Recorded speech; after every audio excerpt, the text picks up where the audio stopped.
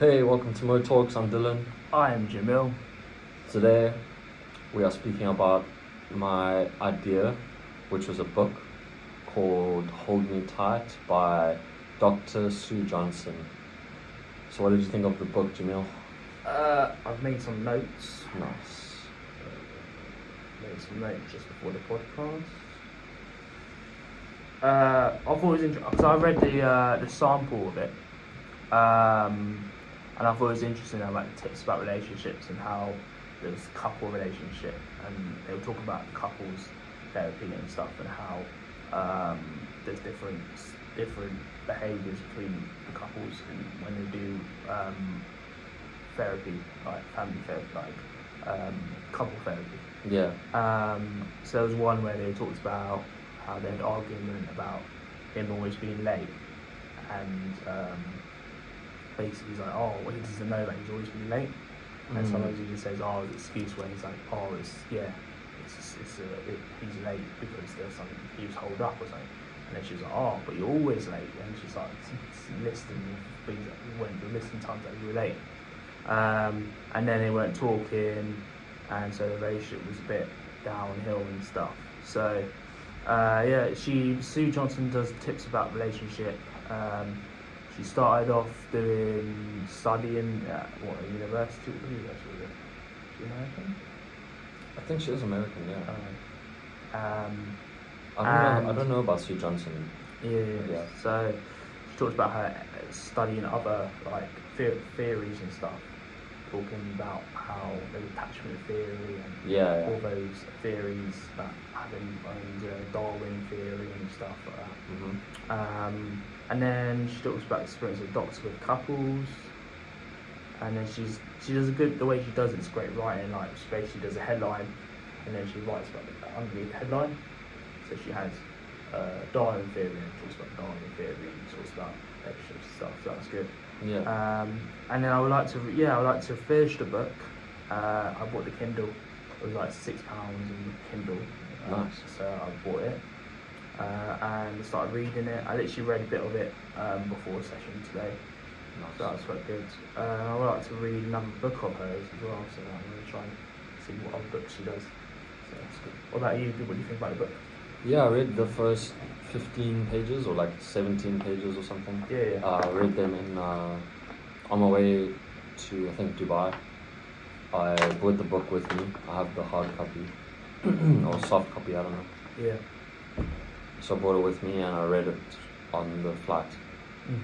The reason I chose this book and the reason I started reading this book is because my personal therapist recommended that I start reading it. Yeah. Just because I've had like some conflicts with my girlfriend at times. Yeah.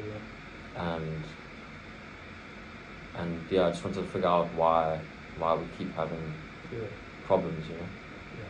So I think every relationship has problems, but according to Dr. Sue Johnson, like if you follow certain rules and like you work on yourself and the relationship, I think you can make the problems like a lot easier, like less stressful as well, and less bad on your mental health. Yeah. Like what else did she say? I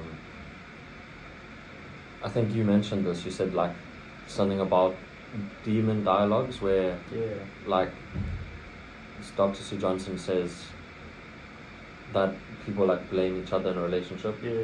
Like if you're late once or twice, then you like start blaming. Yeah. You know. Yeah. And then also there's a lot of psychology and stuff to do with it, but also like there's trauma responses. She talks about that. Like for me, I have a freeze trauma response.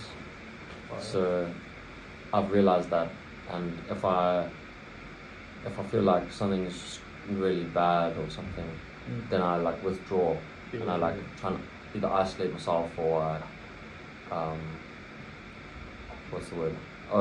I avoid the situation. Yeah.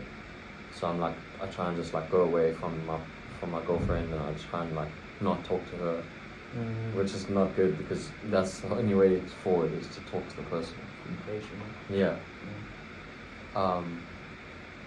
But yeah, I definitely want to finish reading the book. Yeah. We probably read a similar amount. Yeah.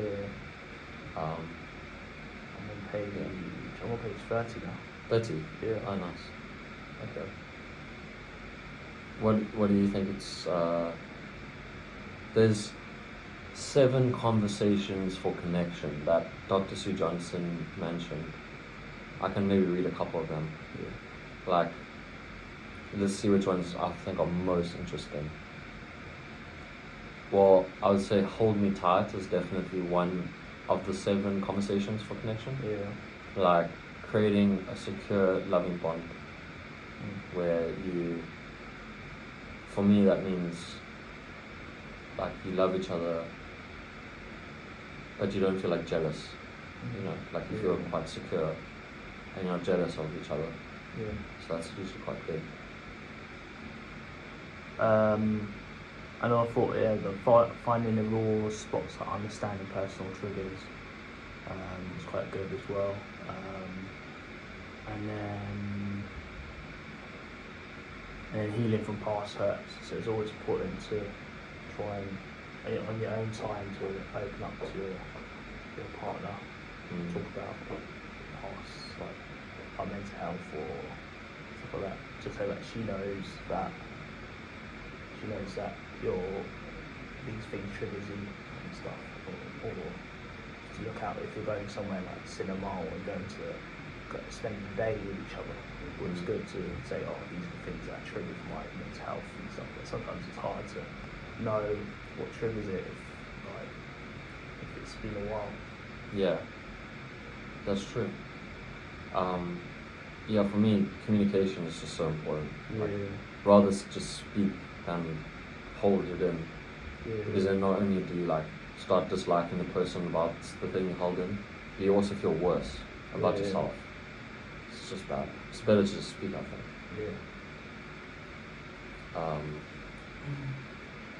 We talked about demon dialogues. Yes.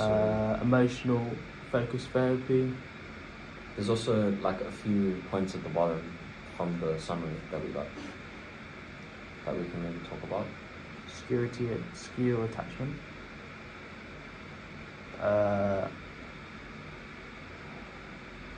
So we basically talked about kind of the goal is to help couples develop a secure emotional attachment which fosters that safety and love. So we kind of touched on that one. Healthier communication. Okay, so importance of emotional attachment. So Johnson advocates the need for partners to be accessible, responsive and engaged with each other. Yeah. There's something about scientific validation as well. Oh yeah.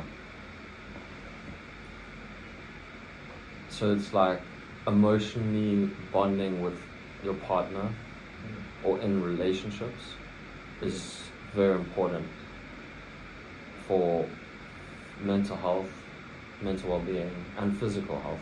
Yeah. So that's good. And that's backed by science, neuroscience, psychology, decades of research of that, which is good.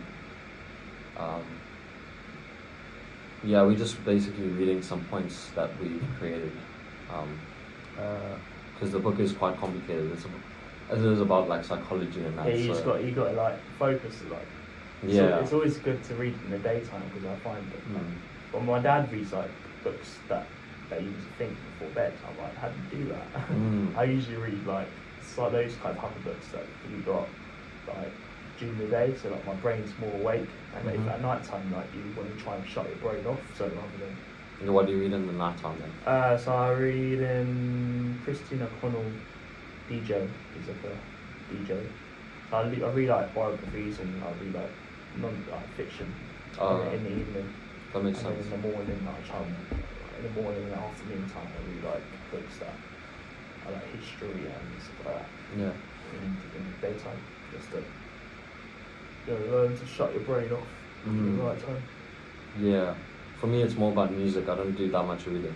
Oh yeah. So it's interesting. You chose a song to review last time that we're still gonna release. Yeah. And then I chose a book. So that's fun. Because I'd say for me, music, I listen to like more upbeat, uplifting music in the day. It's like wake up and feel motivated and productive. Yeah. And then in the evening, I listen to like meditation and like just wind down and feel more tired. And maybe we could do one of your music songs. I don't know. And then you can choose a book. Yeah. And I can try and read it properly. Yeah. It's also interesting, I saw point number 9 out of 10 is that the Dr. Sue Johnson, the author, she says that like being vulnerable in a relationship is actually really good for like resolving conflicts and fostering connection. Yeah. So like if you say to your partner or your person in your relationship is like, for example, I can say to you, sorry I was late. Yeah. I was stuck in traffic and I left it until the last minute. Yeah. And I went to enjoy my matcha, but like my matcha latte, but I just literally got like lost in time. Like I thought I was so relaxed and like happy in the moment and being present Yeah. that I completely forgot about the podcast. Even though I knew that that's where I was going, like I just like got lost. And then that's me being a bit vulnerable, I guess. But it's hard to say that as well, right? Yeah. Sometimes it's hard to communicate everything to the person. Do you find like when you're in a relationship that your daily routine, you have to shift your daily routine just for that person, and it's like hard for you because you're like, I've got to do that, do that thing with my partner, but at the same time I want to still do what I want to do, like I do my routine. You know what I mean? Like say you want to go to the gym, and then she's like, oh, can we go down the shops or something, or go for something to eat for lunch, and you go for a gym, and you're like, oh no, well, I want to go to the gym. It ends up having an argument, like it's like, yeah, you're thinking like when she calls you or texts you at night, something you're about to go to bed. See what I mean? you're like, oh, I'm going back to go to bed, and it's like, oh, I've got to stay up and got to talk to her. You know what I mean, it's hard. I honestly have struggled with that a lot before. Yeah. I just yeah, I don't know. Because like sometimes they say, oh, you've got to try and change your routine for that. It's good to have a new routine. But like say that if you're in that routine and you're like, I've got to do that today, you're like, and then that person says, oh, can we meet up for a coffee? And you're like, I've got to do that at that time. But then you try and reshift it, but then you end up getting all like mixed up with your emotions. It's like you usually have that thing in that time. You know what I mean? Well, for example, in my relationship now, like my romantic relationship, things are much better because we're more vulnerable with each other. Yeah. And we just communicate really well. Like, just like the way we talk to each other is the way we talk to each other. And my girlfriend and I, we just say, like, if you had the problem that you mentioned, like going to the gym and she wants to go to the shops. I don't know about that one. That one's quite tricky, but I think I'll just be like, I don't know. I get what you're saying. I'll try and put gym as like I'll try and shift it to like early in the day when she's sleeping. Or go shopping after the gym. Yeah. It is tough. I get that. Yeah. But over time, like for me, I've realized now that our routines kind of like adapted to each other. Yeah. And if we have a boundary or something, we just try and respect each other's boundary. Yeah. Like I can also give you an example about like my friendship with you. Like if you say I'm going to Mark's or I'm going to a friend's place or I'm going to the park, I'm not going to be like, no, please can we go for matcha? Like I know that that's your routine, and I'm not going to like try and intrude, you know. Yeah. So when you have a romantic relationship, it's similar. I think you try and just like be accepting.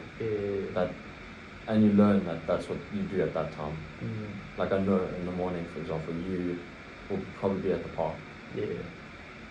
So I won't like, I won't like ask you to make plans in the mornings because I know that you're busy. Yeah. You know what I mean? Yeah. Yeah. But it is tough. I don't know. I don't know how this lady, the Dr. Sue Johnson, And knows so much. And obviously, like mental health and relationships, like you want that routine in mental health. You've got mental health, and you want that routine because it keeps you like sane. It keeps you going. And then like you got you're in a relationship, and you're like, oh, I've got to try and shift that bit off. I've got to try and. I mean, but it's also a good for mental health because you're like, oh, I need to maybe have any changes, but at the same time, I still want that change, that routine to keep on going. You know what I mean? But yeah, I guess people can like change their routine just to fit with that person. But but at the same time, you got to keep yourself first for that person because it's your life and it's your mental health that you're trying to control, like trying to keep sane and trying to keep well. Yeah. But you don't want to hurt that person, but at the same time, you got to say to that person, we can do this at this time. I'm doing something at that time, and then you just got to do that at that time. You know what I mean? So, but yeah, I know it's hard. I know past, like, I had a relationship after 3 years, and I just was so I was looking forward to just, meeting that person, blah, blah, and then they said to me, your changes are best. It's best to keep a routine. Is to have new changes to routine. So it's good to have changes, but I'm not really that person where need changes. But yeah, you just gotta try and keep yourself like try to accomplish. Oh, Did you all fart? she did. You farted. Very bad. The whole room smells, eh? Jeez. What you been eating? But do you know what's weird about her is my dog. We're talking about my dog now. She eats such basic food. Yeah. Like nothing is strange about her diet. Yeah. But she has the worst fart. Yeah. Just so bad. Yeah. French bulldogs are like a tough breed. Like you either love them or they just smell. It's bad. What did you like about this book? I know it sounds strange, but like I liked the cover of the book. I think it was very like welcoming, and it made me feel like quite happy for some reason. I was like, wow, if I read this, I actually know I'll have positive outcomes for my relationships. And also it was recommended to me, so I had trust going in. And what I liked about the book, to answer your question, is that so what I liked about the book is the cover. I think it was very welcoming and good to look at. It was also quite easy to read the first like 10 pages, and then I found it got quite tricky like going forward, like some complicated terms, and I think Dr. Sue Johnson is very intelligent about like neuroscience topics and like psychology, so that's great, but I think it just takes time to like read it, which is good. It makes you feel more like slowed down and present. What did you like? I'm starting like an interest in like science books, like mental health books and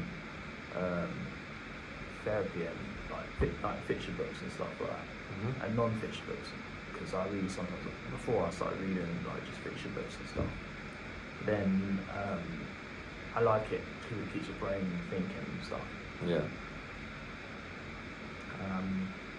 So I was reading something about politics, and I was reading something about politics, and then you recommended this one, and you recommended this book, Hold the Tight.